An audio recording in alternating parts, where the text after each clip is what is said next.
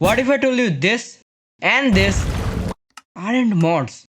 In the first Minecraft Not So Live of 2025, Mojang announced that we will get the Ghastling, aka the cutest fucking thing ever, which will eventually grow into the Happy Ghast along with to ride and use it as a flying building platform. Ah yes, we went from 1 player riding a mob to 2 players riding a mob to now 4 players riding a mob. What's next? A rideable centipede is it? As much as the Happy Ghast seems useful, it also feels modded, doesn't it? Imagine time traveling to the past and telling literally anyone that there will be players riding Ghast in the overworld and that Jack Black would play as Steve in a Minecraft movie. They would explode.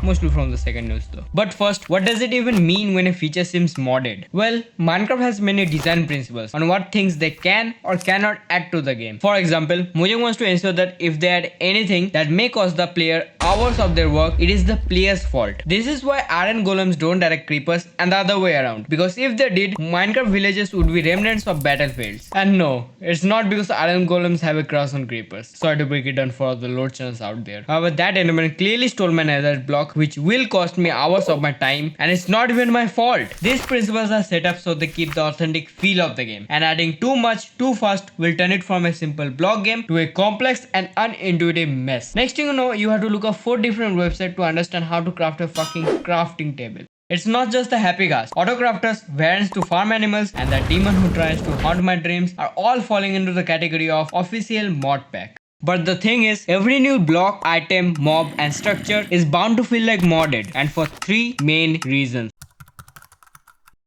Minecraft is a simple game. It doesn't even have a thirst mechanic considering it's a survival game yet. But with each update, the simplicity is reduced ever so slightly. Imagine trying to explain the autocrafter to a player who just learned how to craft a crafting table. After looking for different websites, of course. Complexity isn't terrible. Rather, I would argue that Minecraft is too simple. But that's a video for another time. We often associate complexity with mods and expect Mojang to give us good retextures. Mods like Create are a perfect example of how complex these mods can get, and they can get away with it because it's a mod. You decide whether to spend 2 hours figuring out how all of this works or just to never download it in the first place. However, Mojang is faced with satisfying one of, if not the most diverse playbase for any video game on this planet. Minecraft has a dedicated community for everything, including PvP, building, redstone, speedrunning, role-playing, modding, and content creation. While a flying building platform is nice for the builders, to PvPers it serves no use, apart from an escape method with its Mark 1 level of speed. Obviously, it is impossible to satisfy every single player base with an update, which often contains multiple sub-player bases. Hence, there will be always that one YouTuber who will complain about a feature seeming modded well before it's even released to the official game. I wonder who that is.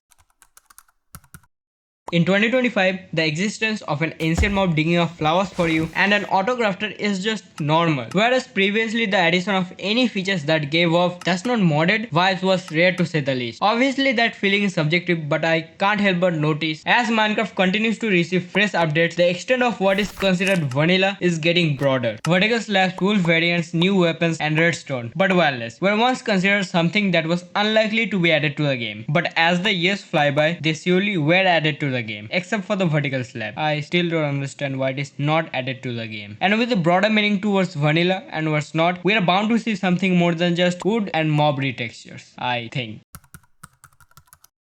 Back in my days, we didn't have all this complicated stuff. We just had 2 blocks, the good old cobblestone and the eye-watering grass block. You have probably heard something along the lines of that from a veteran who has played this game far longer than some of my viewers' age. Also, how OG is this guy? He's talking about like the first prototype of the game. Nostalgia is a sentimentality for the past, typically for a period or place with happy personal association, which I definitely didn't look up or something. Minecraft is an old game, and although that's a gross understatement, it is needless to say nostalgia is a real prevalent thing that should be accounted for. Players who have started playing this game from early updates will always prefer the simpler and bare bones look and feel of the game. And these players, which is the majority of the player base, I think, would write on most updates as it feels modded, because we are just used to the retro feel that we got when we first started playing the game. Yes, that even includes this ISO. Some players just like this textures, what can I say? Not me though. I am not mentally challenged, I think. Now, throughout the videos, I talked about 3 points on why why modern Minecraft feels modded. But is that even a bad thing? Just like the Warden, Autocrafter and many more features that are accepted as a part of the vanilla game, it's more than safe to say that these new annual variants, Falling Leaves and the Happy Ghast will share the same fate. It's not like I hate the new Ghastling and the Happy Ghast. The first is the cutest thing I have seen all year and the latter seems really useful. It is basically scaffolding but on steroid, allowing you to fly and hover in one place as if you are in creative mode. This update will be a godsend for every builder out there. I am just stating that it feels modded, but to some players it might not feel modded. After all, it's a rideable smiling ghast.